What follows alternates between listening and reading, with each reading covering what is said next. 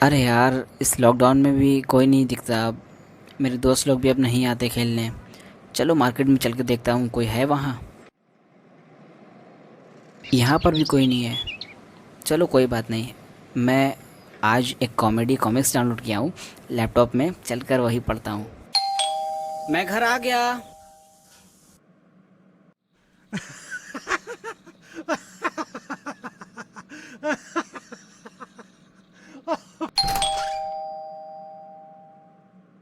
السلام علیکم ورحمۃ اللہ وبرکاتہ۔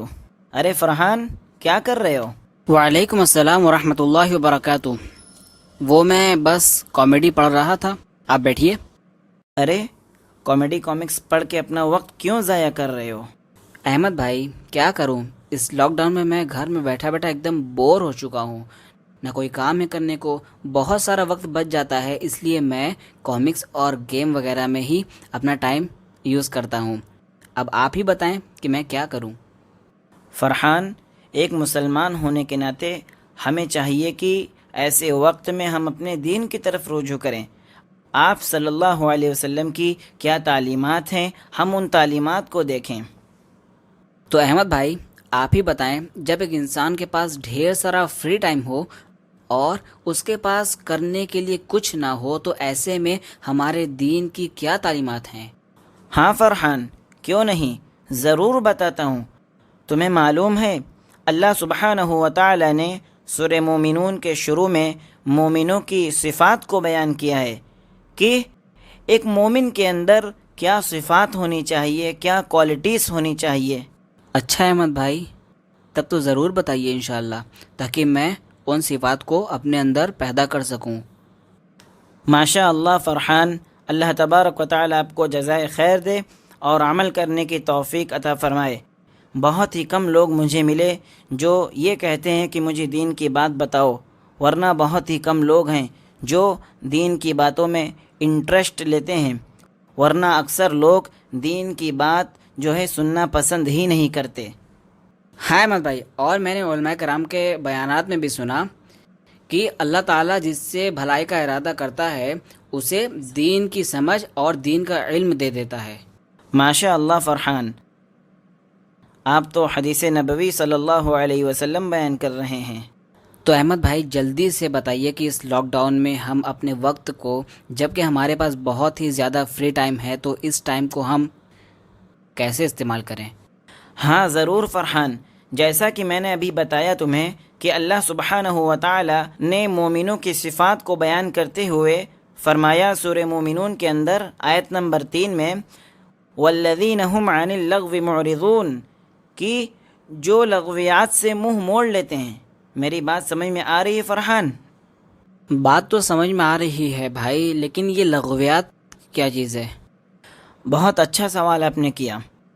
دیکھو بیٹا، یہ لغویات جو ہے نا، یہ جمع ہیں لغون کی۔ لغون کہتے ہیں ہر وہ بات اور ہر وہ کام جس کا کوئی فائدہ نہ ہو، یا یہ کہہ لیں اس بات میں دینی یا دنیاوی نقصانات ہو، تو ایسی بات یا ایسے کام سے مومن اپنے آپ کو دور رکھتا ہے۔ ایک اللہ رب العالمین سے ڈرنے والا بندہ جو ہوتا ہے، اپنے آپ کو فضول کے کاموں سے اور لغو باتوں سے اور بیکار کے کاموں سے اپنے آپ کو دور رکھتا ہے، اپنے آپ کو بچا کر رکھتا ہے۔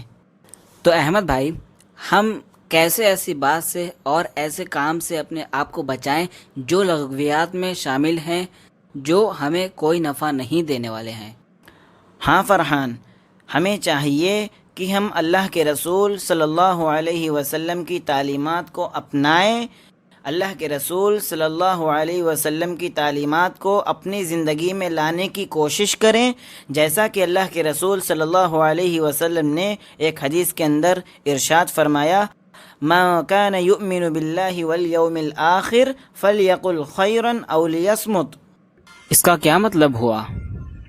مطلب یہ ہے کہ اللہ کے رسول صلی اللہ علیہ وسلم نے فرمایا کہ تم میں سے جو اللہ پر اور آخرت کے دن پر ایمان رکھتا ہے، اسے چاہیے کہ جب بھی وہ اپنی زبان سے کوئی بات نکالے، کوئی کلمہ ادا کرے، تو اچھی بات ہو، بھلائی کی بات ہو، نیکی کی بات ہو، ورنہ وہ خاموش رہے.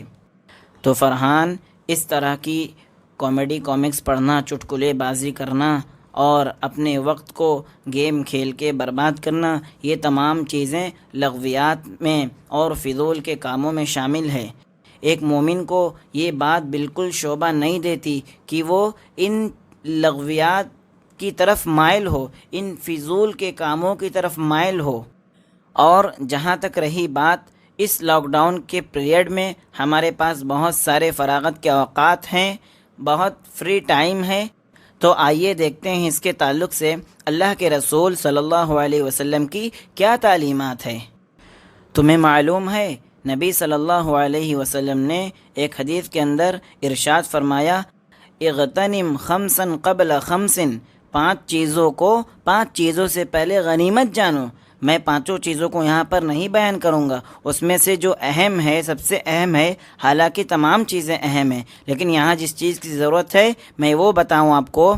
اللہ کے نبی صلی اللہ علیہ وسلم نے فرمایا کہ وَفَرَاغَكَ قَبْلَ شُغْلِكَ، اپنے فارغ اوقات کو، فری ٹائم کو اپنی مشغولیت سے پہلے، بزی ہونے سے پہلے غنیمت جانو.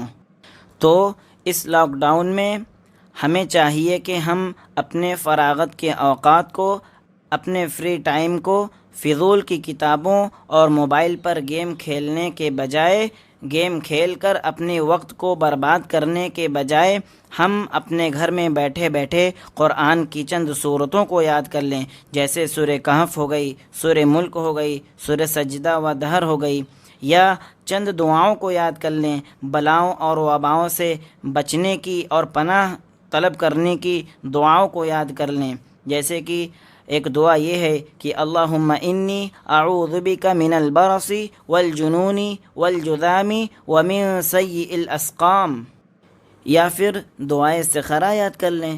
تمہیں معلوم ہے فرحان، اللہ کے رسول صلی اللہ علیہ وسلم صحابہ کرام رضوان اللہ عنہم کو تمام امور میں استخارہ ایسے سکھایا کرتے تھے جیسے قرآن کی سورہ کو سکھایا کرتے تھے، یعنی اس دعا کے سکھانے کا بڑا اہتمام کرتے تھے. یا پھر اللہ کے رسول صلی اللہ علیہ وسلم کی سیرت کا مطالعہ کر لیں. آپ صلی اللہ علیہ وسلم کے اخلاق کیسے تھے، کس طریقے سے صحابہ کرام رضوان اللہ تعالی علیہم اجمعین نے اپنی زندگی اللہ رب العالمین کو راضی کرنے کے لیے اللہ کی راہ میں اپنے جان و مال کو قربان کر دیا. ہم خود بھی ان باتوں کو پڑھیں اور اپنے گھر میں بچوں کو بھی بتائیں اور انہیں دعاؤں کو بھی یاد کرائیں.